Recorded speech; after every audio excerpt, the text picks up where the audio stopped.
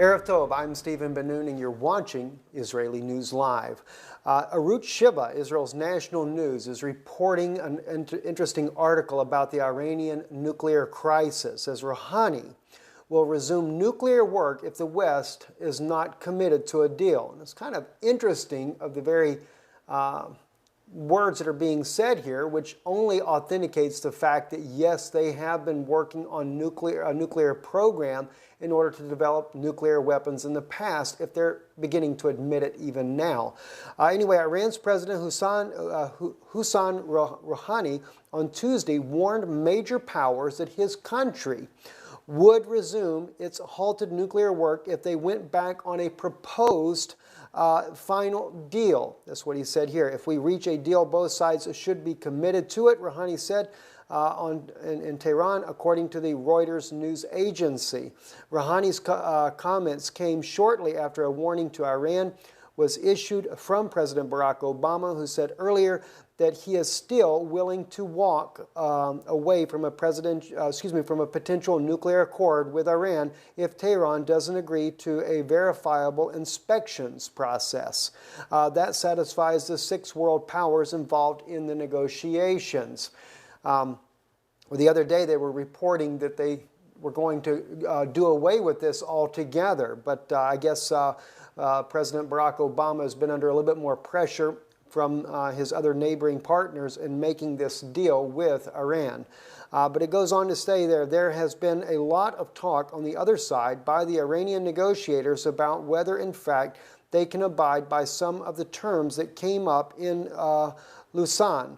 Obama said, referring to the framework deal reached on April the 2nd, that agreement, he said, if implemented and codified properly, would achieve my goal, which is Iran not attaining a nuclear weapon. Now, we also reported here on Israeli News Live a little while back that Iran has already got nuclear weapons. In fact, it's been reported by one of their own scientists who defected, went to the United States, that they actually have 3 atomic bombs. Further news, and this is the news that we actually reported on our live stream version of Israeli News Live. That's if you go to Stephen Ben-Nun, D-E-N-O-O-N, you can also register to watch our live stream, Israeli News Live on live stream, that airs at 10 p.m. Eastern, Sunday through Thursday. That is, as of right now, it's airing at 10 p.m. Eastern. That will change to an a.m. time once we're back in Europe and in Israel, because of the time difference there. But anyway, this was the article that we brought up in there last night.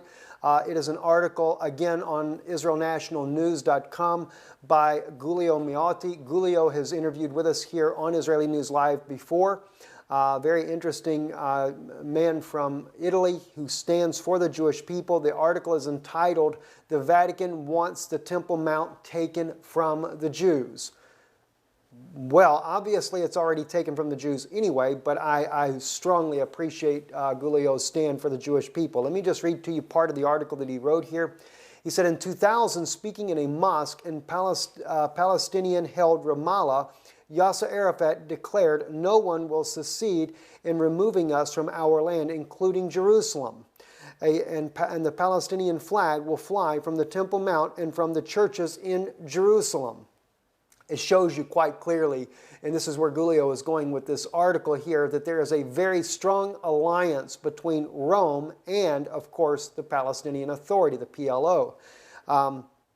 Again, we know that the Palestinians, they need to know Yeshua for sure, not just a Vatican version of it, but they need to know Yeshua as their own Messiah. That is the only hope that they have whatsoever, and I strongly encourage that. But let me just state this here.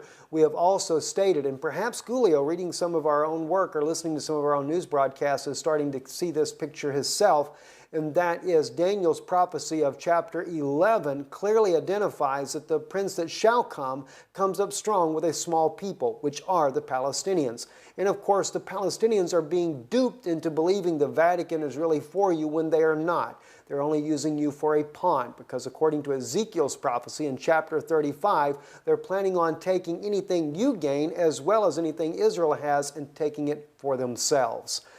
Let me go on with this article, though, by Giulio. It says Arafat could say that because he had won the Vatican's support for his terroristic strategy. On June 26, 2015, the Vatican signed its first treaty with the state of Palestine.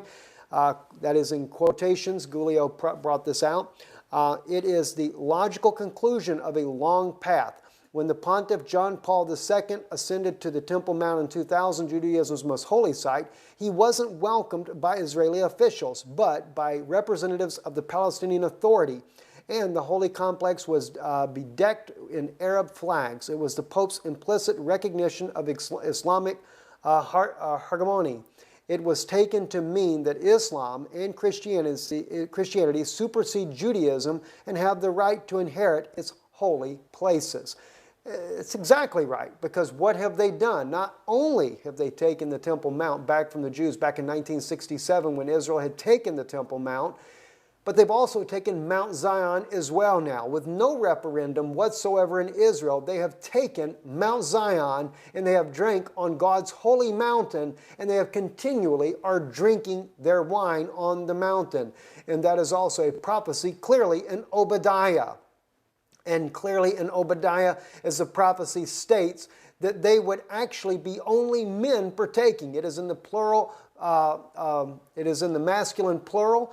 In Hebrew, at the very first time they partake of the communion, and according to Rome reports, they actually said in their own report there that it was only Pope Francis, his delegation, and the priests that were in Israel that did partake in the communion there. We brought this out on the Dune Institute of Biblical Research and Teachings there. But also, I might add that it said they will continually drink, and that happens to be in a gender-inclusive plural as well, showing that both men and women were partaking in this communion service there. It is biblical prophecies being fulfilled. This is truly breaking news in the hour and the day that we are living in.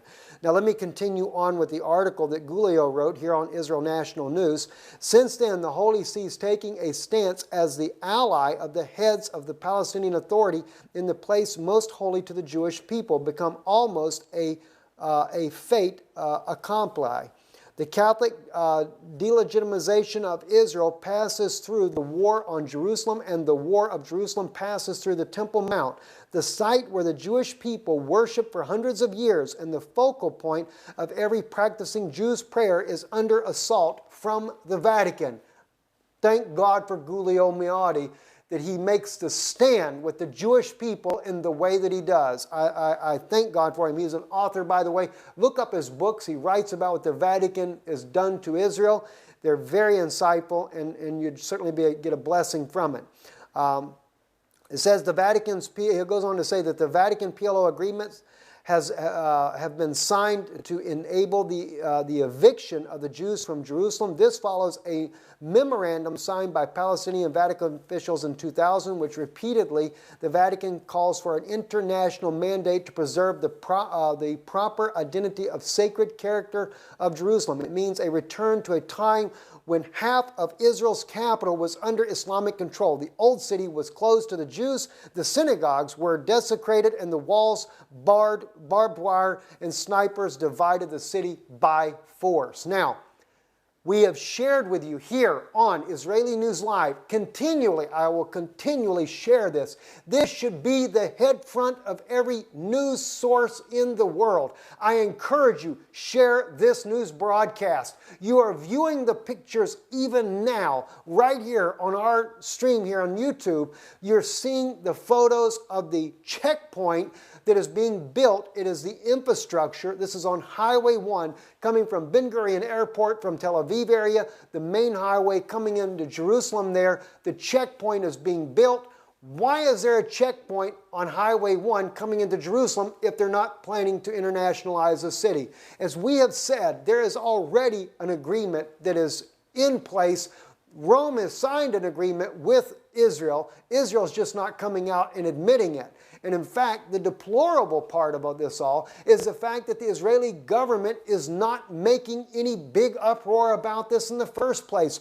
Why isn't Prime Minister Netanyahu gone out publicly and condemned the Palestinian Authority and the Vatican for the evils that they are doing to the Jewish people? Why is there so much silence? All we get is a little soft little thing that comes up and says they're angry about it. Well, nobody sees they're angry about it. Nobody seems to care what's happening to the Jewish people. And my Israeli brothers and sisters, you will be pushed back to the coast of Israel and to a little 8-mile stretch. What is it? They're bringing us what? To the homeland for what? To annihilate us?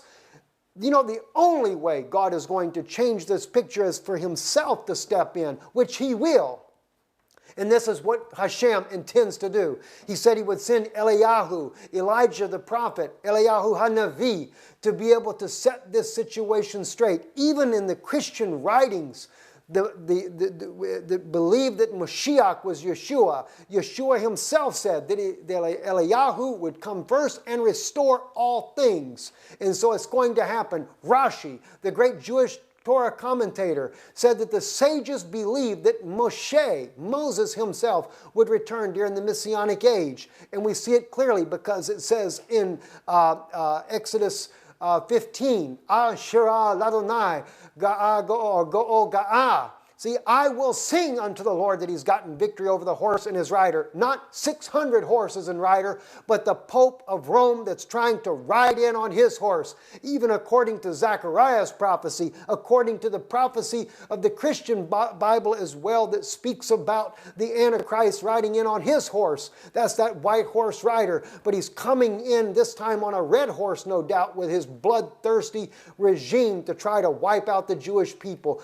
God will raise up a standard, the two anointed ones of Zechariah's prophecy, that will stand up against this evil, ungodly regime. And we have scriptural proof that the two anointed ones in Zechariah are Moshe and Eliyahu, because Malachi as well as Moshe said he would be back. And my Jewish brethren, I know it's supposed to be a news broadcast, but my heart is on fire.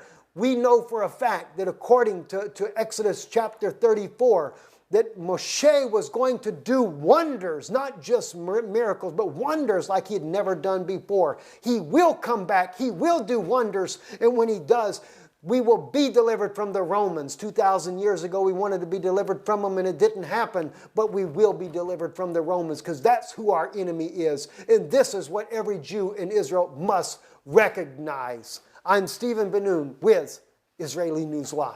Shalom. Aval. אני יודע, וגם כל ישראל יודעים, אין שלום בישראל.